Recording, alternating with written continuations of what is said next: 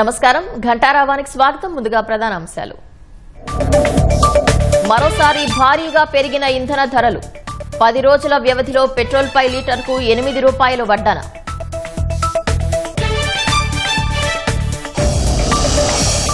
గోదావరిలో పుష్కర ఘాట్లు పరిశీలించిన పవన్ కళ్యాణ్. పుష్కరాల ఏర్పాట్లపై అధికారులతో సమీక్ష.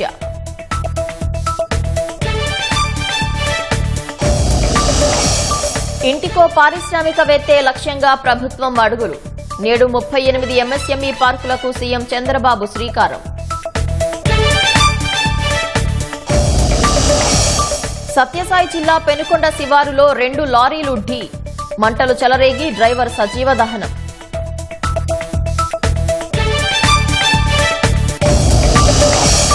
అమెరికా ఇరాన్ మధ్య శాంతి ఒప్పందానికి అవకాశం. హర్మూజ్ జలసంధిని ఇరాన్ తెరిచే సూచనలు.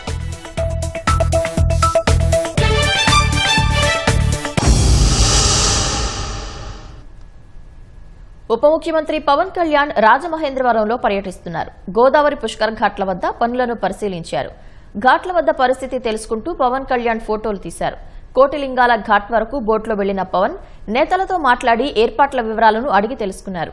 అభివృద్ది పనుల గురించి తూర్పుగోదావరి జిల్లా కలెక్టర్ కీర్తి, అఖండ గోదావరి ప్రాజెక్టు పనుల గురించి మంత్రి దుర్గేష్ పవన్ కు వివరించారు.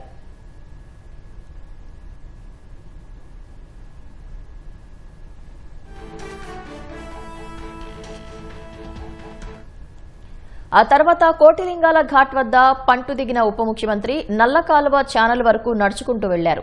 నల్ల ఛానల్ వద్ద మురుగునీటి శుద్ది ప్రక్రియను పరిశీలించారు.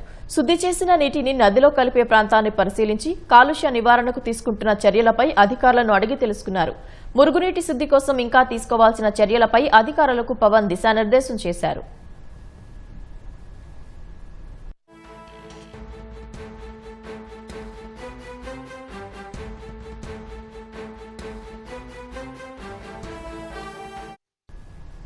అక్కడి నుంచి పవన్ కళ్యాణ్ రాజమహేంద్రవరం మున్సిపల్ కార్యాలయానికి చేరుకున్నారు.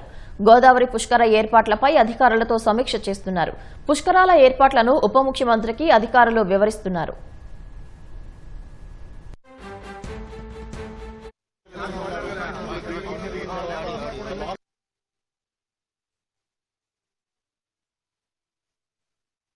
డిప్యూటీ సీఎం పవన్ పర్యటన సమీక్ష వివరాలను మా ప్రతినిధి రమణ ప్రత్యక్ష ప్రసారం ద్వారా అందిస్తారు.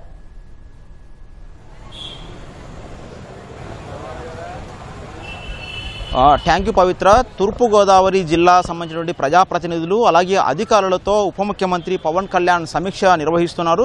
రాజమహేంద్రవరం పర్యటనకు వచ్చినటువంటి పవన్ కళ్యాణ్ కొద్దిసేపటి క్రితమే గోదావరి తీరంలో పర్యటించి గోదావరి నదిలో జరుగుతున్నటువంటి కాలుష్యానికి సంబంధించినటువంటి అంశాలను స్వయంగా పరిశీలించారు. వీటన్నిటికి సంబంధించి దగ్గరుండి నదిలో తిరుగుతూ పంటు పైన తిరుగుతూ వాటన్నిటి కూడా ఫోటోలు తీసుకున్నారు. వీడియోలు కూడా తన సెల్ ఫోన్ ద్వారా చిత్రీకరించారు. వీటన్నిటికి సంబంధించినటువంటి అంశాలపై ప్రస్తుతం ఉన్నత స్థాయి సమీక్ష నిర్వహిస్తూ ఉన్నారు. జిల్లా కలెక్టర్ అలాగే ఉన్నతాధికారులు, పొల్యూషన్ కంట్రోల్ బోర్డు అధికారులు, అదేవిధంగా clean Krishna and Godavari mission సంబంధించినటువంటి అధికారులందరూ కూడా ఈ సమీక్షలో పాల్గొన్నారు. ప్రస్తుతం రాజమహేంద్రవరం మున్సిపల్ కార్పొరేషన్ కార్యాలయంలో ప్రస్తుతం ఈ సమీక్ష అనేది జరుగుతోంది.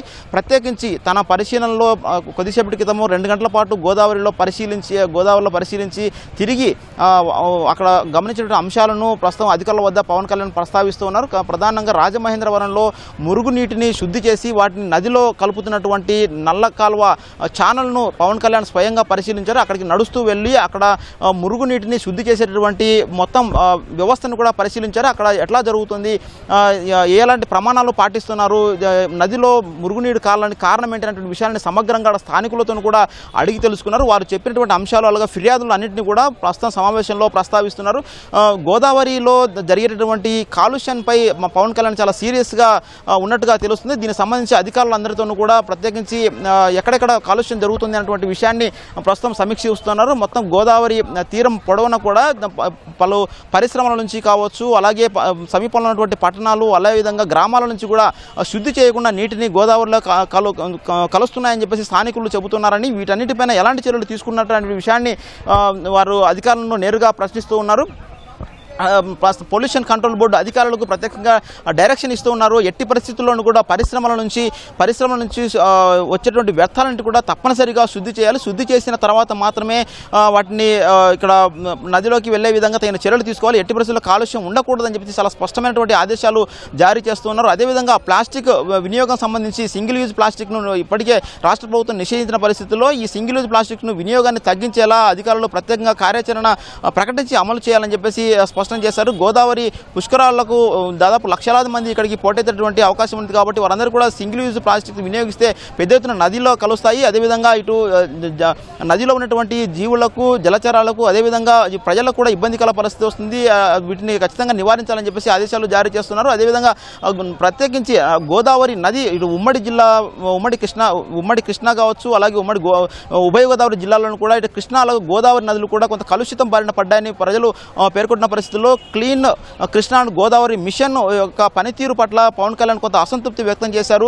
ఈ పటిష్టమైనటువంటి కార్యాచరణ అమలు చేసి ఖచ్చితంగా ఎట్టి పరిస్థితుల్లోనూ కూడా చాలా పకడ్బందీగా ప్రణాళికలు అమలు చేసి దీని ద్వారా రెండు నదులు కూడా కృష్ణా అలాగే గోదావరి నది రెండు కూడా పరిశుభ్రంగా ఉండేలా, ఇలాంటి కాలుష్యానికి తావు లేకుండా ఉండేలా తగిన చర్యలు తీసుకోవాలని చెప్పేసి కూడా ఆదేశాలు జారీ చేశారు. దీనికి సంబంధించి ఎలాంటి నిధులు కావాలన్నా కానీ, ఎలాంటి సహాయం కావాలన్నా కూడా తన పరంగా తను చర్యలు తీసుకుంటారని చెప్పేసి ఈ విధంగా రాష్ట్ర ప్రభుత్వం కూడా ఇందుకు సిద్ధంగా ఉందని తగిన కార్యాచరణ అమలు చేయాలని చెప్పి స్పష్టంగా ఆదేశాలు జారీ చేశారు. ప్రధానంగా పుష్కరాలకు సంబంధించి ఇటు రాజమహేంద్రవరం నుంచి వచ్చేటువంటి మురుగునీరు శుద్ధి కావచ్చు, అదేవిధంగా పైన ఎగువన ఇటు చుట్టుపక్కల ఈ నదీ తీరం వెంట ఉన్నటువంటి గ్రామాలను కూడా మురుగునీటిని ఎట్టి పరిస్థితుల్లోనూ డైరెక్ట్గా నదిలోకి వదలవద్దని చెప్పి స్పష్టంగా ఆదేశాలు జారీ చేశారు. ఈ మేరకు కలెక్టర్లు ఎక్కడైతే హాట్స్పాట్ ఉన్నాయో, మురుగునీరు ఎక్కడైతే వస్తుందో వాటన్నిటి కూడా వెంటనే వివరాలు సమగ్రంగా సేకరించి ఎక్కడ కూడా మురుగునీరు లేకుండా వాటిని శుద్ధి చేసిన తర్వాత మాత్రమే వాటిని కలపాలని చెప్పేసి వాళ్ళు స్పష్టం చేయడం జరుగుతుంది. మొత్తంగా చూస్తే కనుక ప్రత్యేకించి పర్యావరణ పరిరక్షణ అంశంపై ప్రత్యేక అజెండాగా తీసుకొని ఈ సమావేశం అనేది కొనసాగుతుంది. అదేవిధంగా ఇటు టూరిజం సంబంధించి కూడా కేంద్ర రాష్ట్ర ప్రభుత్వాల సమన్వయంతో అఖండ గోదావరి ప్రాజెక్టును కూడా చేపడుతున్నారు. ఈ ప్రాజెక్టు సంబంధించి పురోగతిపై కూడా పవన్ కళ్యాణ్ అధికారులను అడిగి తెలుసుకున్నారు. పర్యాటక శాఖ మంత్రి కందుల దుర్గేష్ ఈ ప్రాజెక్టు సంబంధించి ప్రత్యేక నివేదికను కూడా పవన్ కళ్యాణ్కి అందజేశారు. ఇటు రాష్ట్ర ప్రభుత్వం నుంచి కావచ్చు, అలాగే కేంద్ర ప్రభుత్వం నుంచి కావచ్చు, ఇంకా నిధులు ఏమైనా అవసరమా, ఇంకా ఎలాంటి చర్యలు తీసుకోవాల్సిన అవసరం ఉంది అనేటువంటి అంశాలపై వివరాలు సమగ్రంగా తెలుసుకున్నారు. వీటన్ని సంబంధించి నివేదిక ఇస్తే తాను రాష్ట్ర ప్రభుత్వంతో కలిసి కేంద్ర ప్రభుత్వం పైన కూడా మాట్లాడి అవసరమైనటువంటి నిధులు తీసుకోవచ్చు. ఎట్టి పరిస్థితుల్లో పుష్కరాలకు గోదావరి మొత్తాన్ని పర్యావరణ పరంగా సురక్షితంగా ఉంచేలా, అలాగే ఎలాంటి కాలుష్యానికి తావులేని విధంగా చాలా పకడ్బందీగా సురక్షితమైన నీటిలో ఈ పుష్కరాలు నిర్వహించేలా తగిన చర్యలు తీసుకుంటారని చెప్పేసి పవన్ కళ్యాణ్ హామీ ఇచ్చారు. ఈ మేరకు అధికార యంత్రాంగం కూడా తగిన ప్రణాళికలు అలాగే తీసుకోవాల్సిన చర్యలపై ఆయన దిశానిర్దేశం చేస్తూ ఉన్నారు. గోదావరి పుష్కరాలకు సంబంధించి ఎట్టి పరిస్థితుల్లోనూ ఎవరికి ఇబ్బంది కలగకుండా పటిష్ట చర్య తీసుకొని కార్యాచరణ అమలు చేయాలని చెప్పేసి నిర్దిష్టమైనటువంటి ఆదేశాలు పవన్ కళ్యాణ్ జారీ చేస్తున్నారు. ఇది ఇక్కడ ఉన్నటువంటి తాజా పరిస్థితి. కేవలం సూర్యప్రకాష్ కలిసి వెంకటరమణ. శ్రీ సత్యసాయి జిల్లా పెనుకొండ శివారులో ఆదివారం అర్ధరాత్రి 2 లారీలు ఢీకొన్నాయి. బంగాళాదుంపల లోడ్తో హైదరాబాద్ నుంచి బెంగళూరు వైపు వెళ్తున్న లారీని గోధుమల లోడ్ లారీ వెనుక నుంచి బలంగా ఢీకొట్టింది. మంటలు చెలరేగడంతో గోధుమల లారీ డ్రైవర్ కిరణ్ సజీవ దహనమయ్యాడు. నిద్రలో ఉన్న క్లీనర్ జనార్దన్ డ్రైవర్ను బయటకు తీసే క్రమంలో గాయపడ్డాడు. విషయం తెలుసుకున్న పోలీసులు, అగ్నిమాపక సిబ్బంది ఘటనా స్థలానికి చేరుకుని మంటలను ఆర్పివేశారు. క్షతగాత్రుడిని పెనుకొండ ప్రభుత్వ వైద్యశాలకు తరలించారు. ప్రమాదంలో మరణించిన డ్రైవర్ కిరణ్ తెలంగాణలోని ఆదిలాబాద్ జిల్లా ఇచ్చోడ మండలం జామీ గ్రామవాసిగా గుర్తించారు. డ్రైవర్ మృతదేహం పూర్తిగా కాలి బూడిదవడంతో బయటకు తీసేందుకు వీలు కాలేదు. దీంతో లారీలోనే శవ పరీక్షకు ఏర్పాట్లు చేస్తున్నారు. ధ్వంసమైన లారీలను రోడ్డు పక్క నుంచి ప్రొక్లైన్ సాయంతో బయటకు తీశారు.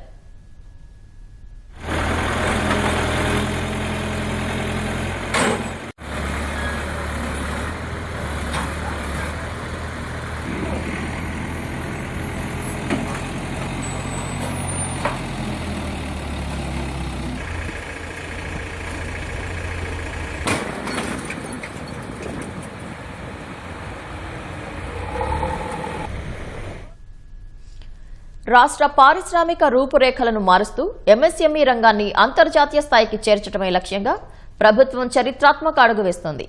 ఔత్సాహిక పారిశ్రామికవేత్తల కలలకు ఊపిరి పోస్తూ విజయవాడ వేదికగా ప్రతిష్టాత్మక ఎంఎస్ఎంఈ గ్రోత్ సమ్మిట్ 2026 ను సీఎం చంద్రబాబు నాయుడు లాంఛనంగా ప్రారంభించనున్నారు. ఈ మెగా ఈవెంట్ ద్వారా కొత్తగా 38 పారిశ్రామిక పార్కులకు శ్రీకారం చుట్టనున్నారు. ప్రతి ఇంటా ఒక పారిశ్రామికవేత్తను తయారు చేయాలన్న ప్రభుత్వ సంకల్పానికి, రాష్ట్ర ఆర్థిక ప్రగతికి ఈ సదస్సు ఒక బలమైన పునాదిగా నిలవనుంది.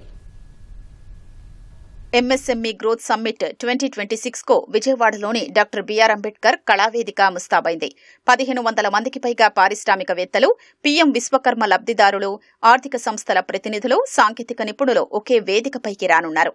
ప్రతి నియోజకవర్గంలో ఒక ఎంఎస్ఎంఈ పార్కు ఉండాలన్న లక్ష్యంతో ప్రభుత్వం మొత్తం 175 కేంద్రాల ఏర్పాటుకు ప్రణాళిక రచించింది. తొలి 2 దశల్లో 100 ప్రాజెక్టుల పనులు మొదలవ్వగా నేడు 3వ విడత కింద 38 పార్కులకు సీఎం వర్చువల్ విధానంలో శంకుస్థాపన చేయనున్నారు. రాష్ట్రంలో సరికొత్త పెట్టుబడుల వాతావరణాన్ని సృష్టించేలా ఈ పార్కుల్లో అత్యాధునిక ప్లగ్ అండ్ ప్లే మౌలిక వసతుల్ని అభివృద్ధి చేయనున్నారు. అంటే ఔత్సాహికులు నేరుగా వచ్చి తమ కార్యకలాపాల్ని వెనువెంటనే ప్రారంభించుకునేలా ఈ మౌలిక సదుపాయాలు ఉండబోతున్నాయి. ఎన్టీఆర్ జిల్లాలోని 7 నియోజకవర్గాల్లోనూ ఎంఎస్ఎంఈ పార్కుల ఏర్పాటుకు స్థలాల ఎంపిక పూర్తయింది.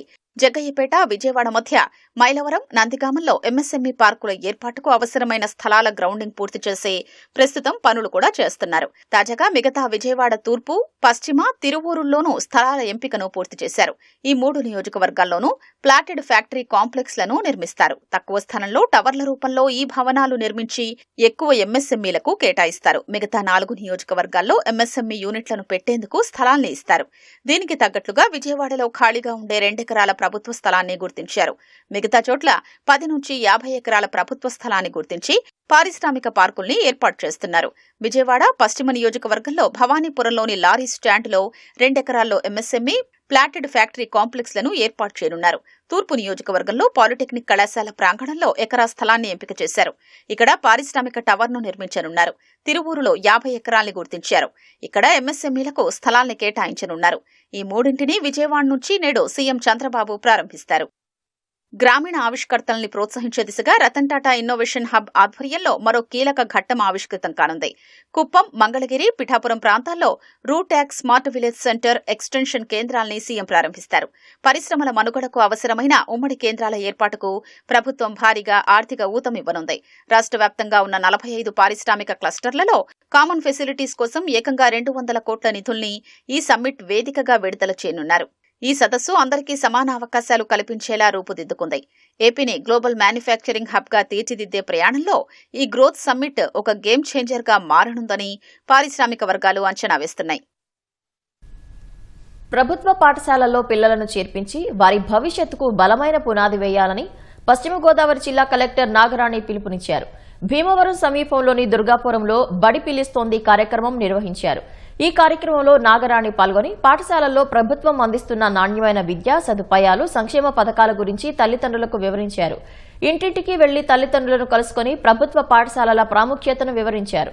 ప్రభుత్వ పాఠశాలల్లో చదివి నేడు అనేక మంది ఉన్నత స్థానాల్లో ఉన్నారని గుర్తు చేశారు. మన జిల్లాలో 1200 గవర్నమెంట్ స్కూల్స్ ఉన్నాయి. 6000 మంది టీచర్స్ పనిచేస్తూ ఉన్నారు. గవర్నమెంట్ స్కూల్స్ లో ఉండే బెనిఫిట్స్ ఏముంటాయి, పిల్లలకి అన్ని కూడా పేరెంట్స్ అందరికీ కూడా వాళ్ళ దగ్గరికి వెళ్ళి ప్రభుత్వ బడుల్లో ఉండే అవకాశాలు, క్వాలిఫైడ్ టీచర్స్ తోటి ఎంత చక్కగా విద్యాబోధన జరుగుతుంది అనే విషయాన్ని మనం వాళ్ళకి చెప్తున్నాము. మధ్యాహ్న భోజన పథకం దగ్గర నుంచి యూనిఫామ్స్, బుక్స్ అన్ని ఫ్రీగా అందుతాయని చెప్పేసి పిల్లల యొక్క కేర్ చక్కగా తీసుకుంటాము. మనకి 10th క్లాస్ రిజల్ట్స్ కూడా మనకి మంచిగా వచ్చినాయి అని చెప్పేసి చెప్తూ మన యొక్క అడ్మిషన్స్ పెంచడానికి ప్రయత్నం చేస్తూ ఉన్నాము. కాబట్టి వీరందరినీ మోటివేట్ చేసి గవర్నమెంట్ స్కూల్ అడ్మిషన్స్ పెంచడానికి ప్రయత్నం చేస్తూ ఉన్నాను. భారతీయ నివాసితులు విదేశీ ఆదాయం ఆస్తులు వెల్లడించుకుంటే తీవ్రమైన క్రిమినల్ విచారణ తప్పదని తెలంగాణ, ఆంధ్రప్రదేశ్ అదనపు ఆదాయపు పన్ను కమిషనర్ వై శ్రీకాంత్ రెడ్డి హెచ్చరించారు. సికింద్రాబాద్ తాజ్ 3 స్టార్ హోటల్లో Telangana, Andhra Pradesh tax bar association ఆధ్వర్యంలో black money act law practice పై అవగాహన సదస్సు జరిగింది. ఈ సదస్సుకు వై శ్రీకాంత్ రెడ్డి ముఖ్య అతిథిగా హాజరయ్యారు. విదేశీ ఆస్తులను దాచిపెట్టడం చాలా ప్రమాదకరమని, చట్టం ఉల్లంఘించినట్లయితే భారీ పన్నులు, పెనాల్టీలు, ప్రాసిక్యూషన్ సహా జైలు శిక్ష వంటి తీవ్రమైన పరిణామాలు ఎదుర్కోవాల్సి ఉంటుందని ఆయన వివరించారు. పన్ను నిపుణులు తమ క్లయింట్ల వివరాలను సమగ్రంగా పరిశీలించి విదేశీ ఆస్తులు లేదా ఆదాయాల వివరాలను సరైన షెడ్యూల్స్ లో వెల్లడించేలా జాగ్రత్తలు తీసుకోవాలని సూచించారు. నవడేస్ ఇప్పుడున్న పరిస్థితుల్లో చాలా మంది ఫారిన్ అసెట్స్ ని హోల్డ్ చేస్తారు. ఫారిన్ షేర్స్ ఉంటాయి, ఫారిన్ అగ్రిమెంట్స్ ఉంటాయి. అండ్ చాలా మంది యుఎస్ లోనో వేరే కంట్రీస్ లో పనిచేసి ఇండియాలో వచ్చి సెటిల్ అవుతారు. సో వీళ్ళందరికీ ఫారిన్ లో ఉన్న ఇన్వెస్ట్మెంట్స్ కానీ, షేర్స్ కానీ, ఇమోబుల్ ప్రాపర్టీస్ కానీ కంపల్సరీగా ఇండియన్ రిటర్న్స్ ఫైల్ చేసేటప్పుడు రిపోర్ట్ చేయాలి. రిపోర్ట్ చేయకపోతే హ్యూజ్ పెనాల్టీస్, ఒక్కొక్క ఇయర్కి 10 లక్షల పెనాల్టీ ఉంది ఓన్లీ అసెట్స్ డిక్లేర్ చేయకపోతే. అదే ఇన్కమ్ డిక్లేర్ చేయకపోతే ఇన్కమ్కి 3 times పెనాల్టీస్ వచ్చే ఛాన్స్ ఉంటుంది. రాష్ట్రంలో మునుపెన్నడూ లేని విధంగా ఎండలు మండిపోతున్నాయి. భానుడి సెగలు ఉక్కపోతకు జనం ఉక్కిరిబిక్కిరైపోతున్నారు. నిప్పుల కొలిమి లాంటి వాతావరణంలోనూ ట్రాఫిక్ పోలీసులు రోడ్లపై నిలబడి విధులను నిర్వర్తిస్తున్నారు. ఎండలో అల్లాడుతున్న ట్రాఫిక్ పోలీసుల ఆరోగ్య క్షేమం కోసం ప్రభుత్వం వినూత్న నిర్ణయం తీసుకుంది. ప్రత్యేకంగా ఏసీ హెల్మెట్లను పంపిణీ చేసింది. ఈ హెల్మెట్ల పనితీరు ఎలా ఉంది, వాటి వల్ల పోలీసులకు ఎలాంటి ఉపశమనం లభిస్తోంది అనే అంశంపై విశాఖ నుంచి మరిన్ని వివరాలు మా ప్రతినిధి కృష్ణమనాయుడు అందిస్తారు. రాష్ట్ర వ్యాప్తంగా ఎండలు తీవ్ర రూపం దాలుస్తున్నాయి. ఉదయం 7 గంటల నుంచి సాయంత్రం 5 గంటల వరకు ఈ యొక్క ఎండ తీవ్రత అధికంగా ఉంటుంది. మరోవైపు ఎండలో విధులు నిర్వహించేటువంటి బాధ్యత ట్రాఫిక్ పోలీసులది. విశాఖపట్నంలో ముఖ్యంగా ఎండాడ నుంచి ఎన్ఐడి వరకు ప్రధానమైనటువంటి కూడళ్లు, రహదారులు ఉన్నాయి. ఎక్కడ ఏమరపాటు ఉన్నప్పటికీ కూడా ప్రమాదాలు జరిగి పెను ప్రమాదాలకి సంభవించేటువంటి అవకాశం ఉంది. ఈ క్రమంలోనే ప్రతి ఒక్క ట్రాఫిక్ కానిస్టేబుల్ అప్రమత్తంగా ఉండి డ్యూటీలు చేయాల్సినటువంటి ఆవశ్యకత ఉంది. అయితే ఈ క్రమంలోనే వారి కోసము, వారి యొక్క ఆరోగ్యం కోసము ముఖ్యంగా రాష్ట్ర ప్రభుత్వం ప్రత్యేకమైనటువంటి ఆలోచన చేసింది. ఏసీ హెల్మెట్లతో పాటు చల్లగా ఉండేందుకు జాకెట్లను కూడా వారికి పంపిణీ చేసింది. ఈ యొక్క ఏసీ హెల్మెట్లు పెట్టుకుని ట్రాఫిక్ పోలీసులు అయితే విధులు నిర్వహిస్తున్నారు. వీటి వల్ల ఎంతో ఉపయోగం ఉందన్నది వారి మాటల్లో తెలుసుకుందాం. అయితే మనము వీళ్ళకి ఇచ్చినటువంటి ఏదైతే హెల్మెట్ ఉందో ఏసీ హెల్మెట్ ని కూడా ఒకసారి పరిశీలిస్తే ఈ ఏసీ హెల్మెట్ యొక్క ఆకారం అయితే ఈ విధంగా ఉంటుంది. పూర్తిగా ప్రొటెక్టెడ్ గా దీని అయితే తయారు చేశారు. ముందర దీనికి సంబంధించినటువంటి ఏదైతే ఫ్యాన్ ఉందో ఆ ఫ్యాన్ ఉంటుంది. ఈ ఫ్యాన్ నుంచి అయితే ఈ యొక్క గాలి అయితే వస్తూ ట్రాఫిక్ పోలీసులకి కాస్త చల్లదనాన్ని అయితే ఇస్తుందని కూడా ట్రాఫిక్ పోలీసులు చెబుతున్నారు. ఎండలు అయితే చాలా దారుణంగా ఉన్నాయి. ట్రాఫిక్ లో మేము ఉద్యోగం చేయాలంటే చాలా కష్టంగా ఉంది. అసలు మామూలుగా లేదు, అసలు టాస్క్ లో ఉంది మాకు. పొద్దున్న వస్తే మధ్యాహ్నంకి మొత్తం చొక్కాలు అన్ని తడిసిపోతున్నాయి. ఏసీ హెల్మెట్ కూడా బాగుంది. ఈ ఎండలో సగం కొంచెం నుంచొని తర్వాత పక్కకెళ్ళి నుంచుంటున్నాం. ఇది ఉంటుంది సార్, ఒక 2 hours ఛార్జింగ్ పెట్టాలి. పెడితే ఒక 4 hours 5 hours పనిచేస్తుంది సార్. బాగుంది ఏసీ హెల్మెట్స్. మామూలుగా అంటే కొంచెం బరువుగా ఉంటుంది కానీ మాకు మటుకు ట్రాఫిక్ లో నించునేటప్పటికి బాగుంది, నీట్ గా ఉంది. పోలీస్ కమిషనర్ గారు ఏసీ హెల్మెట్లు, రేడియం జాకెట్లు ఇచ్చారు. 24 hours కాస్తున్నాయండి. దానిలో రేడియం జాకెట్ బాగా మాకు కూల్ గా ఉంది. కొద్దిగా ఎండ తీవ్రత తగ్గుతుందండి. హెల్మెట్లు కూడా బీట్లో అందరు పాయింట్లకి హెల్మెట్లు ఇచ్చారండి. నేను మొబైల్ మాకు రేడియం జాకెట్లు ఇచ్చారన్నమాట. ఇవి బాగున్నాయి. దీనివల్ల ఎండ తీవ్రత బాగా కొంత ఉపవాసం కలిగింది అన్నమాట. ఏసీ హెల్మెట్లు కూడా బాగా పనిచేస్తున్నాయి. కొన్ని స్వచ్ఛంద సంస్థలు కూడా మాకు ఈ మజ్జిగ, వాటర్ ప్యాకెట్స్, బనానాస్, కొన్ని ఆహారాల సదుపాయాలు కూడా కల్పించడం జరిగింది. ఎండలు ఎక్కువ ఉండడం వల్ల డ్యూటీ అది సక్రమంగా జాగ్రత్తగా చేయాలని చెప్పి మా సిపి గారు ఇన్స్ట్రక్షన్స్ ఇవ్వడం జరిగింది. ఏసీ హెల్మెట్స్ పెట్టుకోమని, కూల్ జాకెట్స్ ధరించమని చెప్పి, షెల్టర్ జాగ్రత్త తీసుకోమని చెప్పి మా సిపి గారు, ఎస్ఐ గారు మాకు ఇన్స్ట్రక్షన్స్ ఇవ్వడం జరిగింది. మార్నింగ్ 9 నుంచి ఎండలో తీవ్రత ఎక్కువగా ఉండడం వల్ల అంటే పబ్లిక్ కూడా జాగ్రత్తగా తొందరగా చేరుకునేలాగా ప్రయాణాలు కూడా జాగ్రత్త చూసుకోవాలి. ఎండలు కొంచెం ఎక్కువ ఉన్నాయి సార్. కొద్దిగా మాకు ముందుగానే తెలియపరిచారు ఎండలు ఎక్కువ ఉంటాయని. మాకు పై అధికారులు ఏసీ హెల్మెట్లు అవన్నీ ప్రొవైడ్ చేశారు. ఈ టైంలో కొద్దిగా చల్లని వాటర్ బాటిల్స్, మజ్జిగ ప్యాకెట్లు, మాకు 2 అరటిపళ్ళు, స్నాక్స్ అవి కూడా ప్రొవైడ్ చేస్తున్నారు సార్. ప్రజలు కూడా కొద్దిగా మాకు సహకరించి ట్రాఫిక్ రూల్స్ పాటిస్తే బాగుంటుందని కోరుకుంటున్నాం సార్. ఈ ఎండలకి ట్రాఫిక్ పోలీసులు మాత్రం ఇలాంటి హెల్మెట్లు అయితే ధరించి తమ యొక్క విధులు అయితే చేస్తున్నారు.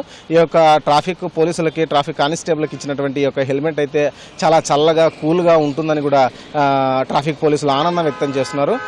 మొత్తానికి రాష్ట్ర వ్యాప్తంగా ఈ యొక్క ఏసీ హెల్మెట్లు రాష్ట్ర ప్రభుత్వం ఇవ్వడం అన్నది సంతోషదాయకంగా ఉందని కూడా వారంతా అభిప్రాయం వ్యక్తం చేస్తున్నారు. Cameraman సురేష్తో Krishnam Naidu, ETV news, Visakhapatnam నుంచి. చుట్టూ ఎత్తైన కొండలు, పరవశింపచేసే పచ్చటి అందాలు, కొండలను కలుపుతూ చుట్టూ కోటగోడలు. రెడ్డిరాజుల పాలనా వైభవానికి సజీవ సాక్ష్యమైన కొండవీడు కోటపై నైట్ టెంట్ క్యాంపింగ్ పర్యాటకులకు సరికొత్త అనుభూతి పంచుతోంది. మరోవైపు ట్రెక్కింగ్, బోటింగ్ చేస్తూ అందమైన ప్రకృతి ఒడిలో సేదతీరుతూ మరో ప్రపంచంలో విహరిస్తున్నారు.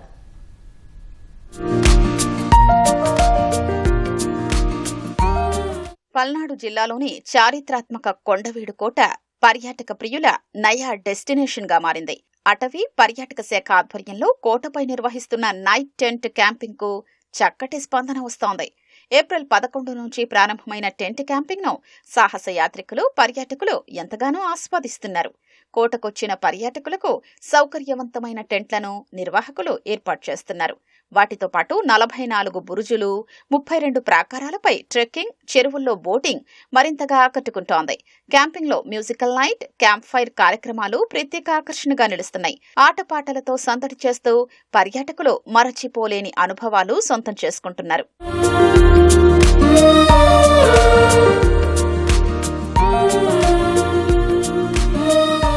కొండవీడు కోటపై నైట్ టెంట్ క్యాంపింగ్ అద్భుతమైన అనుభవంగా పర్యాటకులు భావిస్తున్నారు. క్యాంపింగ్ లో ప్యాకేజీ ధరల్లో స్నాక్స్, డిన్నర్, బ్రేక్ఫాస్ట్ వంటి సౌకర్యాలు అందిస్తున్నారు. Trekking, adventure, rock climbing, rappelling, boating, kayaking అద్భుతంగా ఉన్నాయని సందర్శకులు చెప్తున్నారు. ఇక్కడ వాతావరణం చాలా ప్లెజెంట్ గా, ఏదో ఒక కొత్త అనుభవాన్ని మనం పొందుతున్నటువంటి ఫీలింగ్ అనేది మనకి కలిగింది. మరి ఇంత అద్భుతమైనటువంటి ప్లేస్ లో ఇక్కడే మేము నైట్ అంతా ఉండి ఆ డిఫరెంట్ యాక్టివిటీస్ ని చేసుకోవటం, మేము స్టే చేయడం అనేది మాకు ఎంతో ఆనందాన్ని ఇచ్చింది. కొండవీడు కోట నైట్ క్యాంపింగ్ అనేది ఈ ఏరియాలో మనకు న్యూ ఎక్కడ మనకు లేదు. ఒకసారి మన కొండవీడు కోట రెడ్డి రాజులు పరిపాలించిన కోట. అంతవరకు పైకి ఎక్కి ఒకసారి మన పల్నాడు జిల్లా గ్రామాల చుట్టుపక్కల గ్రామాలు చూస్తే కనుక అదొక అద్భుతమైన అనుభూతి. అది నైట్ క్యాంప్ ఉంటది, బాగుంది. నైట్ కొన్ని గేమ్స్ ఉంటాయి, ఫుడ్ అరేంజ్ చేస్తారు, ఇబ్బంది ఉండదు. పొద్దున్నే ట్రెక్కింగ్ తీసుకెళ్తారు, ఆ ట్రెక్కింగ్ మంచి ఎక్స్పీరియన్స్ ఉంటుంది. ఈ కొండవీడు ఫోర్ట్ మేము వచ్చేటప్పుడు ఏం ఎక్స్పెక్ట్ చేయలేదు, ఏముంది ఇక్కడ కొండలు అది ఇది అనుకున్నాం. కానీ ఇప్పుడు వెళ్ళేటప్పుడు మాత్రం ఫీల్ గుడ్ తెలుస్తుంది, చాలా బాగుంది. తర్వాత ఈ ట్రెక్కింగ్, ఇక్కడ నైట్ క్యాంప్స్ అన్ని, మార్నింగ్ ట్రెక్కింగ్ తీసుకెళ్ళడం కానీ, కొండలు ఎక్కడం కానీ చాలా బాగుంది. నేచర్ లవర్స్ అందరికీ చాలా బాగుంటుంది. Have a beautiful night in this, and we also heard campfiring, trekking, rock climbing, such a wonderful experience that we have look. ఇక్కడ ఈ కొండవీడులో నైట్ క్యాంపింగ్ కి రీసెంట్ గా రెగ్యులర్ గా జనాలని ఎక్కువగా మోటివేట్ చేస్తున్నాము. ఎక్కువగా కూడా జనాలు వస్తున్నారు. అన్ని కూడా యాక్టివిటీస్ అన్ని కూడా ఎంజాయ్ చేస్తూ, ఇదంతా ఒక క్యాంపింగ్ సెషన్ అని చెప్పేసి వీఆర్ ప్రమోటింగ్ ఫర్ హెడ్ దాన్ని చార్జ్ చేస్తూ. రాష్ట్రంలో పర్యాటక ప్రదేశాలు చాలా ఉన్నప్పటికీ ఎక్కడా నైట్ టెంట్ క్యాంపింగ్ అందుబాటులో లేదు. కొండవీడు కోటపై వినూత్న కార్యక్రమం అందుబాటులోకి రావడంతో పర్యాటకులు పెద్ద సంఖ్యలో వస్తున్నారు. విద్య, ఉద్యోగ, వ్యాపార కార్యకలాపాలతో వారమంతా కూడా కష్టపడే నగరవాసులకు సరికొత్త అనుభూతుల్ని పంచుతుంది పల్నాడు జిల్లాలోని కొండవీడులో ఉన్నటువంటి అడ్వెంచర్ నైట్ క్యాంప్. ఎత్తైన కొండలు, ప్రకృతి సోయగాల నడుమ పండు వెన్నెల్లో రాత్రివాస చేస్తూ, అదే ఉదయాన్నే ట్రెక్కింగ్, అదే బోటింగ్ చేస్తూ వీళ్ళంతా కూడా సరికొత్త అనుభూతులు పంచుతున్నారు. ఈ నైట్ అడ్వెంచర్ క్యాంపెయిన్కి అయితే అద్భుత స్పందన వస్తుంది. కేవలం కేశవ్తో వీరాంజనేయులు, ఈటీవీ న్యూస్, పల్నాడు జిల్లా. పశ్చిమాసియాలో నెలకొన్న ఉద్రిక్తతలకు తెరదించుతూ అమెరికా, ఇరాన్ మధ్య శాంతి ఒప్పందం కుదిరే అవకాశం ఉంది. అమెరికా ప్రధాన డిమాండ్ అయిన యురేనియం నిల్వలను వదులుకునేందుకు ఇరాన్ సిద్ధంగా ఉందని చర్చల్లో పాల్గొంటున్న ఇద్దరు అధికారులు తెలిపారు. తొలుత ఇరు దేశాలు శాంతి ఒప్పందం కుదుర్చుకుంటాయని చెప్పారు. ఆ తర్వాత 60 రోజుల కాలావధిలో యురేనియం నిల్వలు సహా ఇతర అంశాలపై చర్చలు ఉంటాయని వెల్లడించారు. హర్మూజ్ జలసంధిని ఇరాన్ క్రమంగా తెరుస్తుందని వివరించారు. పశ్చిమాసియా సంక్షోభానికి తెరపడినట్లే కనిపిస్తోంది. అమెరికా, ఇరాన్ మధ్య శాంతి ఒప్పందం కుదరడం దాదాపు ఖాయంగా కనిపిస్తోంది. అగ్రరాజ్యం అధ్యక్షుడు డొనాల్డ్ ట్రంప్ ముందు నుంచి డిమాండ్ చేస్తున్న శుద్ధి చేసిన యురేనియం నిల్వల్ని వదులుకునేందుకు టెహరాన్ అంగీకరించినట్లు తెలుస్తోంది. తాము అణ్వాయుధం కోసం వెంపర్లాడడం లేదని ప్రపంచానికి భరోసా ఇచ్చేందుకు సిద్ధమంటూ ఇరాన్ అధ్యక్షుడు మసౌద్ పెజెష్కియాన్ ఓ వార్తా సంస్థకిచ్చిన ఇంటర్వ్యూలో వ్యాఖ్యానించడం దీన్ని బలపరుస్తోంది. ముందుగా శాంతి ఒప్పందం కుదుర్చుకుని ఆపై 60 రోజుల కాలావధిలో అందులోని అంశాలపై ఇరు దేశాలు కూలంకషంగా చర్చించే అవకాశాలు ఉన్నాయి. చర్చలు క్రమ పద్ధతిలో నిర్మాణాత్మకంగా సాగుతున్నాయని ట్రంప్ ట్రూత్ సోషల్లో పోస్ట్ చేశారు. చాలా విషయాలపై సంప్రదింపులు ముగిశాయన్నారు. అయితే ఒప్పందం కోసం తొందరపడొద్దని చర్చల్లో పాల్గొంటున్న వారికి తాను సూచించినట్లు చెప్పారు. ఒప్పందం కుదిరి సంతకాలు పూర్తయ్యేదాకా ఇరాన్ ఓడరేవుల దిగ్బంధనాన్ని తాము కొనసాగిస్తామని ట్రంప్ స్పష్టం చేశారు. టెహరాన్తో తమ బంధం మరింత ప్రొఫెషనల్ గా, ఫలప్రదంగా మారుతోందని తెలిపారు. ఇరాన్తో ఒప్పందం చేసుకుంటే అది అత్యుత్తమంగా ఉంటుందని ట్రంప్ మరో పోస్ట్ చేశారు. గతంలో ఒబామా హయాంలో కుదుర్చుకున్న ఒప్పందంలా ఉండదని రాసుకొచ్చారు. ఇరాన్ వద్ద 60% శుద్ధి చేసిన యురేనియం 440 కిలోలు ఉన్నట్లు అంచనా. దాన్ని ఇరాన్ త్యజిస్తోంది. అయితే ఆ ప్రక్రియ ఎలా సాగుతుందనేది 60 రోజుల్లో జరిగే చర్చల్లో స్పష్టత వస్తుంది. కొంత యురేనియంను డైల్యూట్ చేసి మిగిలిన మొత్తాన్ని తృతీయ దేశానికి అప్పగించే అవకాశాలు ఉన్నాయి. హర్ముజ్ను ఇరాన్ క్రమంగా తెరుస్తోంది. ఇరాన్పై ఆంక్షల్ని సడలించి చమురును విక్రయించేందుకు అమెరికా అనుమతిస్తోంది. జప్తు చేసిన ఇరాన్ ఆస్తుల విడుదల వంటి అంశాల్ని 60 రోజుల కాలావధిలో చర్చిస్తారు. లెబనాన్లో ఇరాన్ మద్దతున్న హెజ్బొల్లా మిలిటెంట్లు, ఇజ్రాయెల్కు మధ్య జరుగుతున్న యుద్ధం కూడా ఈ ఒప్పందంతో ముగుస్తుంది.